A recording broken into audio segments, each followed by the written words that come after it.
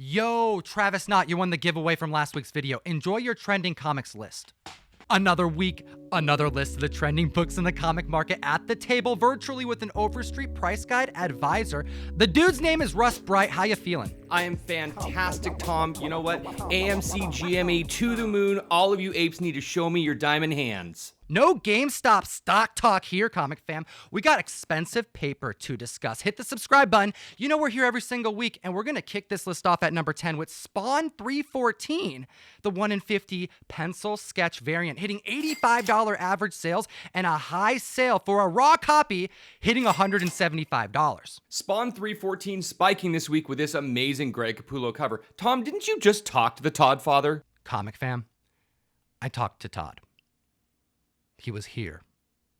He was here yesterday virtually, and we made a video, and we talked for over an hour and a half. Hit the subscribe button. We're chatting about multiple variants, though, Russ, because this isn't the only one. They're showing us the art process from beginning to end with color, with inks, and with that final pencil sketch. And this isn't the only issue they're doing it for. They just announced issue 315 of Spawn will also get the same treatment. And the solicit is that we're going to be seeing the first appearance of Plague in these pages. And Todd definitely just told me yesterday that Plague is going to be used in upcoming not just Spawn narratives, but potentially others outside the title. Folks, if you want to be up on the latest news in the comic book industry, you need to get the Key Collector app. Use code TOM101 for a free week to the best app in the industry to keep you up to date on all the newest comic book news.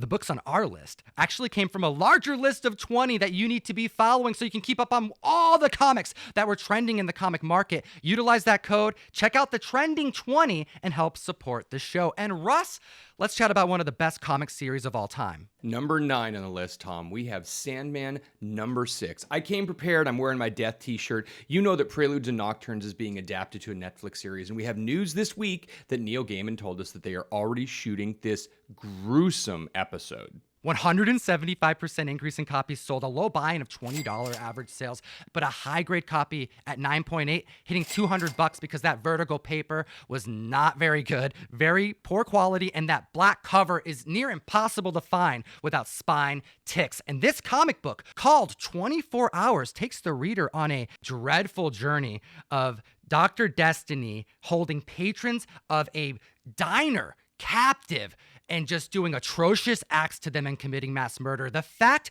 that Neil Gaiman is already saying that they're filming this and that we're going to see an adaptation of what is known to be the most disturbing Sandman comic to ever have been written, I think that we are in good hands. This is all the signs of what we want to see from this Vertigo title. You know what, Tom? I normally recommend that people start with issue number 8 where Death comes in because it's the fantasy start of the run. The earlier ones are so horror, but this gives me great hope that they are going all the way on this series. I am very excited. At number 8, we have the closest key comic that could tie to current events and null potentially into the MCU. What's going on? We have Thor, God of Thunder, issue number 2. The first appearance of Gore, the God Butcher, the God Slayer, and the Necrosword.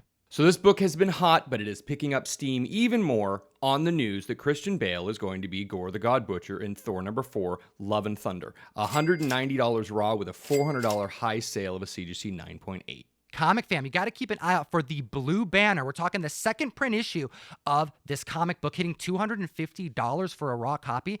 And not to mention that Necrosword, which is the first symbiote created by Null. Could we be seeing ties to current runs at some point in the MCU? Maybe kind of far away, but I got to know your thoughts in the comment section below, comic fam. It'll enter you to win our variant of King in Black number 1, cover done by Nick Klein. Comic fam, I am super excited about this video game news at number 7 on the list. Borderlands Origins number 1, which is the origin of Roland. Now, if you played Borderlands back in 2009, you know that there were Vault Hunters. We had Roland, Mordecai, Brick, and Lilith, my favorite. This comic book series came out in 2012, actually a few months after the sequel Borderlands 2, the video game, did. But we have news this week that Roland has been cast, Lilith has been cast, and Eli Roth will be directing. This is amazing news. What is going on, dude? We have Cate Blanchett and Kevin Hart with Eli Roth in the mix. This is like a recipe for some violent, amazing cinematography.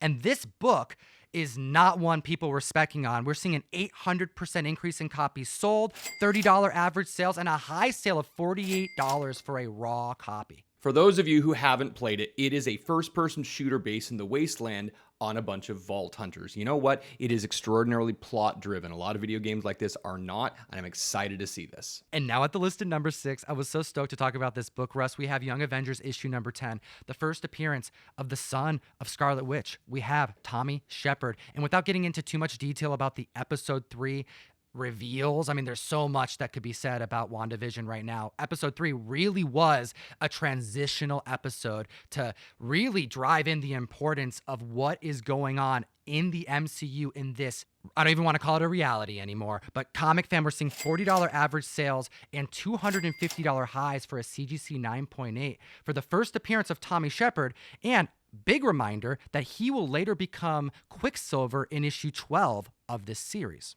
A 350% increase this week. Now, we also know that Wanda mentioned her deceased brother, Quicksilver, and with Evan Peters confirmed to play a mystery role, we may see something there as well. This is so strange, Comic Fam. Like, we have two different versions of Quicksilver in the MCU. You know, we have the Fox version, and then we have the Marvel MCU version. Evan Peters is part of the Fox version, and we're seeing ties to both characters in one episode about multiverses that could have a link to Doctor Strange.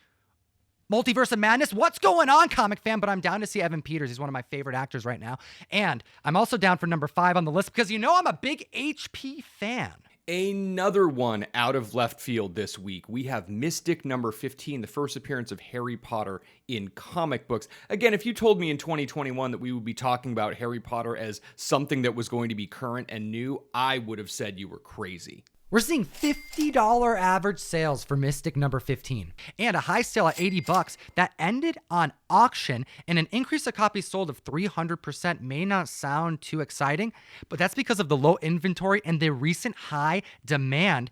And this appearance is technically an Easter egg and was unofficial. Now, sources tell The Hollywood Reporter that they have been having a series of meetings with writers to try and bring the Harry Potter franchise to television, but they are vehemently denying that anything is tied to it, anything is happening yet.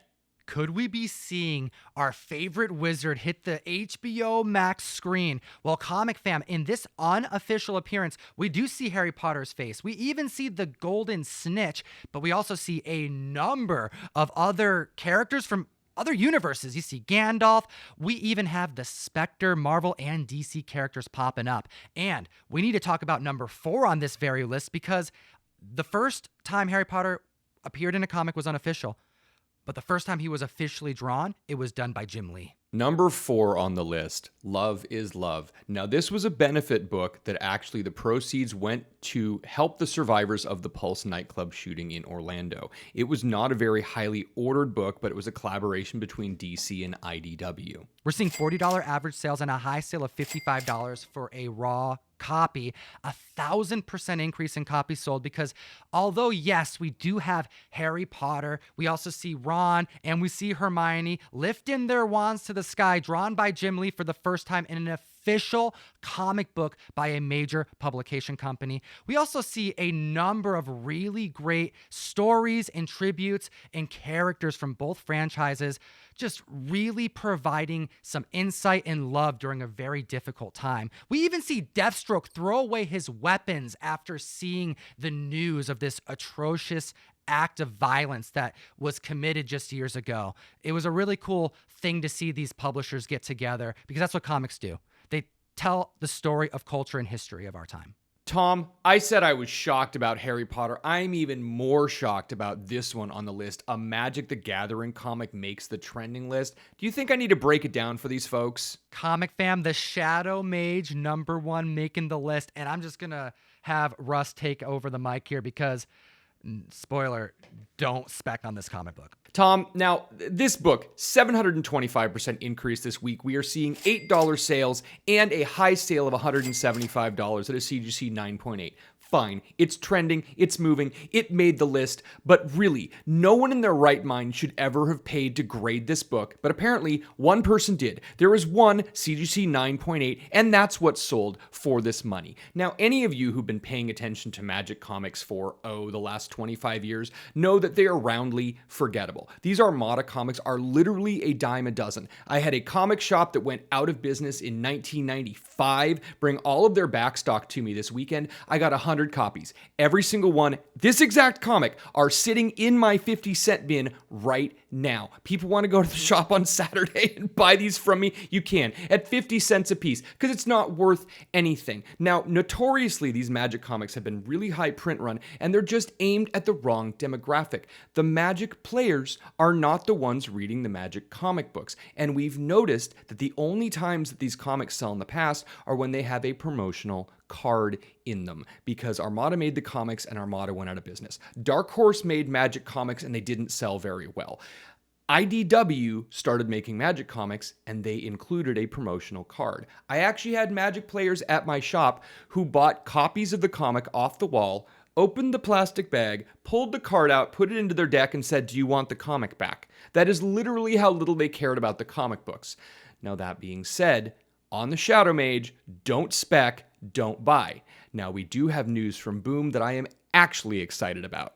Tom, you want to explain this? Comic fam, if there was a potential saving grace for this difficult to land in the comic book community franchise, it's cards, as Russ just said. It's a different market. It would be a publishing company who has been able to popularize D&D, the fantasy, the role-playing goodness. I'm talking once and future. I'm talking about the violence of something is killing the children. I'm talking about the powerhouse of Boom Studios, who's now acquired the rights and who has a slate of amazing issues and potential bangers on their way. Now swinging from a complete surprise to absolutely no surprise to anybody, we have number 2 on the list, Star Wars High Republic, number 1, the second print. We were absolutely certain that this book would fly off the shelves if any of them made it to the shelves. $18 raw sale with a high sale of $24 for this brand new book this week. That's right. And Russ, we watched it happen. The sales, the spikes of issue 1 and the second print that you had to order so much further in advance before the craze was even realized. And it put a lot of people in a position where they couldn't find this second print, which is why it's spiking this week. And with this high spec potential, I don't blame the community. Now, we really just know this is the rule of supply and demand. Supply is low, demand is high. They solicited this book on December 21st. The first print of High Republic didn't actually get released until January 6th. So the second print was actually on final order cutoff 16 full days before the book was released. I tried to get 45 copies of this book, only 15 before final order cutoff. I only got my 15. A lot of shops saw allocation on this book, and again, that's why the demand for this is massively high. Comic fam, hit the link in the description or just go to Comictom101.com where you can help support what we do, but you're giving us a straight up excuse to send you some fire in the mail every single month. We'll send you some comic books with love and gratitude. And this month, we're sending every single person 2 different exclusives. The first is going to be a trade dress or virgin copy of Red Sonja #1, The Superpowers, done by our friend out in Jamaica, Davey Go. And the second exclusive variant for the Mystery Mail Call is this incredible Luke Cage Marvel Legacy Voices #1, done by none other than Ken Lashley.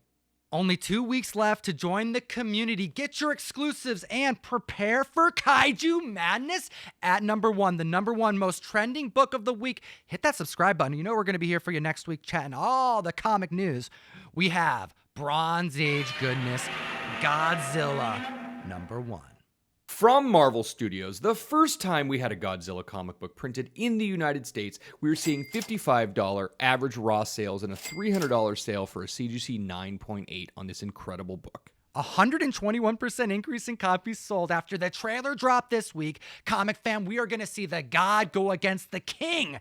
We have Godzilla versus King Kong, and I cannot wait. I'm stoked for this kaiju movie. It couldn't happen soon enough, and I'm just glad it's happening in my lifetime. Tom, this is really, really good news for Godzilla and King Kong fanboys alike, and that's the reason why we're seeing movement with this comic book. I can tell you that Godzilla isn't the type of comic book that people will just randomly pull off the wall. They're not just going to grab a Godzilla comic book. You have diehard fans who will buy every single Godzilla thing, and this week, with news of the Godzilla King Kong movie, you know that that's who's moving these books. Comic fam, I'm hyped for this movie. What about you? Let me know in the comment section below. Hit the subscribe, slap that like so you can enter to win the giveaway. And then, as always, Geek responsibly.